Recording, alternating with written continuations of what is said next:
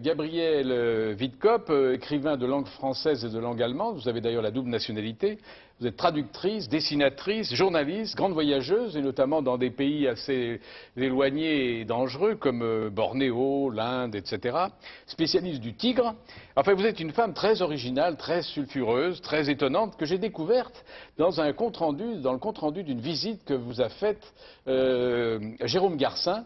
Vous habitez à Francfort, donc dans le compte rendu qu'il a fait de cette visite dans le Nouvel Observateur. Alors, il raconte que vous lui avez ouvert votre porte en disant « Bienvenue chez la petite fille de Donatien », autrement dit « Bienvenue chez la petite fille du marquis de Sade ». Vraiment, c'est votre maître, Sade ? À bien des égards, c'est mon maître, un maître à penser, car j'admire sa philosophie. J'ai moi-même été élevé dans l'esprit de la philosophie matérialiste du XVIIIe siècle, de Condillac, Lamétrie, Holbach, Helvétius. Et c'était des penseurs, mais ce n'étaient pas des stylistes. Mais ça, je l'ai déjà dit plusieurs fois au cours de diverses interviews, tandis que Donatien, alors lui, c'est un styliste prestigieux et éblouissant, et qui n'a pas vieilli. Alors, maître, est-ce que c'est un maître à vivre aussi ? Ça dépend dans quelles conditions on peut et on peut vivre. Mais pour vous... Un maître à écrire, certainement. Mais pas à vivre, quand même. Les conditions ont tellement changé, et les conditions sociales, toutes les conditions ont tellement changé qu'on ne peut pas établir de parallèle. Ouais. Catherine Cusset, vous enseignez Sade aux Américains? Moi, j'ai fait une thèse sur Sade, donc je le connais bien. Excusez-moi, je vous entends très mal. J'ai fait une thèse sur Sade oui, autrefois, oui, donc je le connais très bien. Mais enseigner Sade, moi, ça m'a toujours posé problème. J'adore Sade, j'adore son style, bravo. mais à cause des mots qu'il faut prononcer en cours, et qui ne gênent pas du tout les Américains, parce que quand vous prononcez ces mots-là dans une langue étrangère, on ne les entend pas. On ne peut pas. Mais moi, ça me gêne un peu, donc je l'enseigne un petit peu. Mais c'est très difficile, vous avez raison. Il y a des mots qui ne peuvent pas être traduits chez Sade. Et d'ailleurs, dans toutes les langues, c'est le même problème. La maison, ce n'est pas das Haus et ce n'est pas the house. C'est toujours différent. Alors, la France, vous avez un peu oublié, il faut bien le dire, depuis aussi un peu depuis l'apparition du Nécrophile. Alors, moi, je me souviens de ce livre qui était paru en 72 chez Régine Deforge, alors qu'elle était éditrice. Excusez-moi, j'avais compris que j'avais oublié non, pas du la tout. France. Non. Donc, un livre qui avait été un peu frappé de quelques interdictions à l'époque. Je me rappelle qu'il avait fait grand bruit. Alors, vous avez fait paraître d'autres ouvrages par la suite. Mais vous pensiez que la France, vous avez oublié ou pas? Oui, je trouvais peu d'écho. Ouais. Je trouvais peu d'écho, effectivement. Mais quelquefois, par surprise, je rencontrais quelqu'un qui disait « Oh, le nécrophile !» ou était très étonné aussi de voir qu'une femme avait écrit le nécrophile, car j'écris comme un homme. Et beaucoup ont pensé que Gabrielle Witkop, c'était un homme qui avait écrit le nécrophile. Le narrateur est toujours un homme quand je parle à la première personne. Alors, les éditions Verticales publient un inédit de vous, Sérénissime Assassinat. Ils font reparaître La mort de C, qui était paru il y a quelques années. Alors, on voit le nécrophile, Sérénissime Assassinat, La mort de C. La mort semble être l'un de vos thèmes favoris. C'est un thème qui s'impose, sitôt qu'on réfléchit d'une façon sobre. Elle est en chacun de nous. Latente, présente, elle nous guette. Et il faut voir la chose sans la dramatiser. C'est un phénomène naturel auquel nous devons nous préparer. Oui, et qui vous inspire? Oui, parce que vraiment, on ne vit pleinement que quand on pense à la mort. Il ne faut pas refouler et il faut dire « Carpe diem », je suis là, je vis maintenant. Oui. Et ça, c'est un sentiment d'une force sauvage. Qui vous habite tout le temps? Tout le temps. Vous et qui m'a habité dès l'enfance. Oui. Quand sur une grève, je voyais des squelettes d'oiseaux morts, tout ça, ça me faisait penser à la mort. Alors, toujours en lisant l'article de Garcin dans le Nouvel Observateur, j'ai appris donc que vous êtes né à Nantes en 1920 et que vous vous appeliez à ce moment-là Gabrielle Ménardeau. Comment êtes-vous devenue Gabrielle Witkop? Parce que j'ai épousé un Allemand, Justus Witkop, mais je trouve que tout cela est sans importance, étant donné qu'on parle beaucoup trop de ma personne et pas assez de mes livres. On va en parler, on a le temps, on va en parler. Non, mais je voudrais savoir, non, parce que c'est intéressant, parce que c'est sur la famille. Alors, vous avez épousé quand même un Allemand? Non, parce que j'ai lu ça, j'ai été quand même un peu horrifié. Non, pas horrifié. Est arrivé. Eh bien, il m'est arrivé que j'ai rencontré chez un ami peintre un Allemand très, très anti-nazi. Et nous nous sommes rapprochés, et il ne voulait pas servir Hitler. Et il m'a dit qu'il voulait déserter. Alors j'ai dit, moi j'aime l'aventure, hein. Alors on déserte ensemble, quoi. Et puis je l'ai caché. Nous nous sommes cachés pendant la guerre. Pendant l'occupation. Pendant l'occupation. Rue de Seine, au numéro 36. Chaque fois que je passe devant la maison, je me dis Je revis le temps où nous vivions dans la mansarde avec une faim terrible, terrible. Nous n'avions rien à manger. C'était épouvantable. Et alors, quand Justus, mon mari, Justus Witkop, quand les Alliés sont entrés dans Paris, il s'est présenté et il a été envoyé en Angleterre. Et là, il travaillait pour la BBC parce que ce n'était pas la fin de la guerre. Il y avait encore 10 mois de guerre, n'est-ce pas, jusqu'à la fin. Et il y avait des émissions en allemand qui étaient destinées à l'Allemagne et qui étaient en Allemagne écoutées clandestinement. Ça pouvait coûter la vie à ceux qui les écoutaient. Oui. Mais vous? Et moi, j'ai été arrêtée, dénoncée. Dénoncée parce que vous aviez abrité un Allemand. Voilà, oui. Bosch, c'est Bosch. Nous avions beau dire, j'avais beau dire tout à fait anti-nazi. Bosch, c'est Bosch. Rien à faire. Contre la bêtise, aucune drogue. Tondu? Oui, tondu. Tondu. Mais c'est tout. Vous auriez pu... J'aurais pu être pire. J'ai vu des femmes qui avaient été violées, elles étaient dans un état effrayant. Moi, je me serais ôté la vie, ça c'est certain. J'aurais pas supporté ça. Et alors, vous êtes resté 40 ans marié? Oui, 40 ans. Oui. Mais c'est étonnant parce que vous ne faites pas mystère de vos goûts. Non, non, mais ça, c'est pas important. Oui, mais enfin bon... On en a trop parlé. Oui, mais pas ici. Les gens qui vous écoutent, Ah ben l'écoutent non, pour la première fois. Non, non, tant pis. Oui. Oui. Bon. Alors, vous dites à un moment, j'écris, je vis comme un homme, toujours dans cette interview, jusque dans une certaine misogynie. En cela, je crois bien que je ressemble à Marguerite Yourcenar. Ma misogynie consiste en une certaine expérience. Je trouve que les femmes sont très conformistes. Elles sont aliénées par la famille, par les enfants, par toutes sortes de préjugés, plus que les hommes, je crois. Oui. Biologiquement, l'homme est d'ailleurs plus libre. Normalement. C'est pour ça que vous détestez les enfants, parce que c'est un frein, c'est une... Écoutez, je peux dire que je déteste les enfants, c'est un peu sommaire.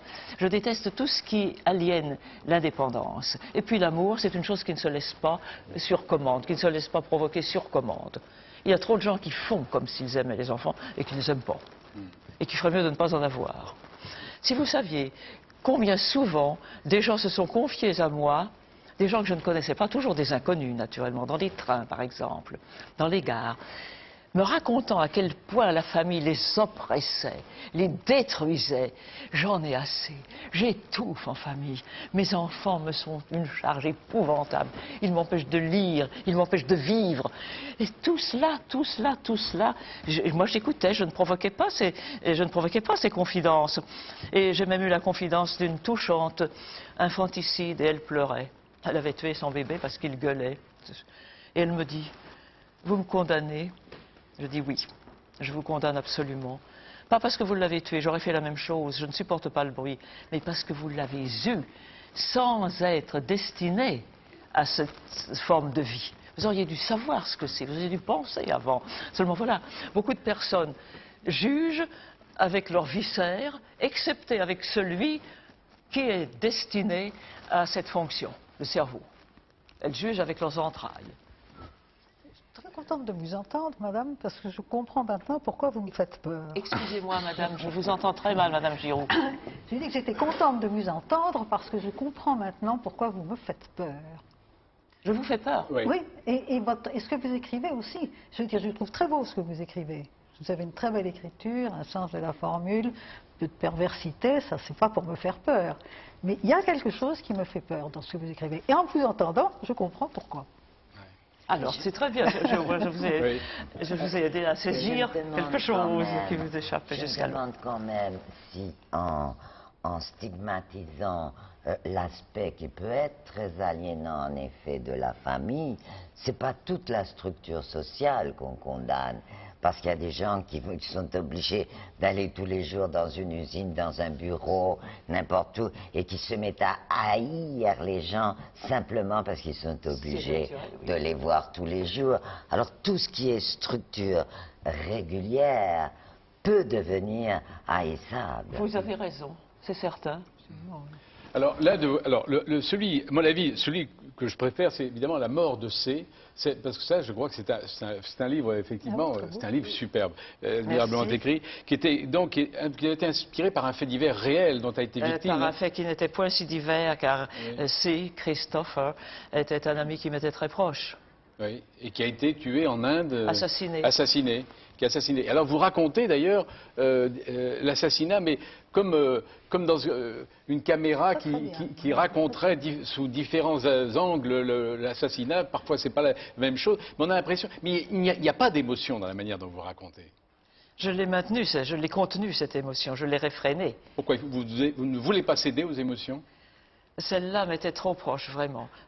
Et j'ai écrit ce livre enfin, en guise de catharsis. Oui, mais... Je me suis senti mieux quand j'avais écrit ce livre. Parce qu'il y a quand même, on a l'impression que vous racontez chaque fois le couteau qui vient dans le foie. C'est absolument terrible. Et tout ça dans une langue parfaite. Ah oui, dans une langue admirable. Qu'est-ce que... Mais c'est un crime qui m'a causé beaucoup de chagrin, pourtant. Oui, mais on ne le sent pas, le chagrin. Ah, mais il n'est pas pour les autres, il est pour moi. C'est mon chagrin. Mais pourquoi ne pas en faire part aux autres? Parce qu'ils ne connaissaient pas Christophe. Ouais. On ne peut pas aimer quelqu'un qu'on n'a pas vu. Ah oui, mais on peut aimer quelqu'un dont on vous raconte l'histoire. En effet. Ouais. Qu'est-ce que, Catherine Cusset, vous avez... Je suis tout à fait d'accord. Quand j'ai lu, j'ai trouvé aussi que l'écriture était... Enfin, je me suis demandé, effectivement, puisque j'avais lu qu'on vous disait sadienne. Enfin, d'ailleurs, la quatrième de couverture le dit. Donc, je me suis demandé pourquoi. Et j'ai trouvé qu'effectivement, dans la froideur de l'écriture, il y a un style comme ça, assez froid, une écriture très nette. Il y avait effectivement quelque chose ici d'une écriture un peu sadienne. Mais j'ai été aussi frappée par cette absence d'émotion. Oui. Et pas seulement dans ce livre-là, mais également dans l'autre. Ah, dans l'autre aussi, oui. Sérénissime Assassinat, où vous décrivez enfin, la mort de toutes ces jeunes femmes, finalement, mais l'une après l'autre, comme ça, avec beaucoup de froideur. Mais elles sont imaginaires, les figures de Sérénissime Assassinat sont imaginaires, tandis que Christopher était quelqu'un de très proche et il a effectivement été assassiné. Et on ne saura jamais la vérité. C'est pourquoi j'ai conçu le livre un peu comme le film Rashomon, n'est-ce pas? Et je dis moi-même au début de l'ouvrage plusieurs radiographies d'un meurtre. Oui. Avec des ralentis même. Oui, oui, c'est ça. Et alors si je m'étais laissé aller à l'émotion, j'aurais pas pu faire le livre.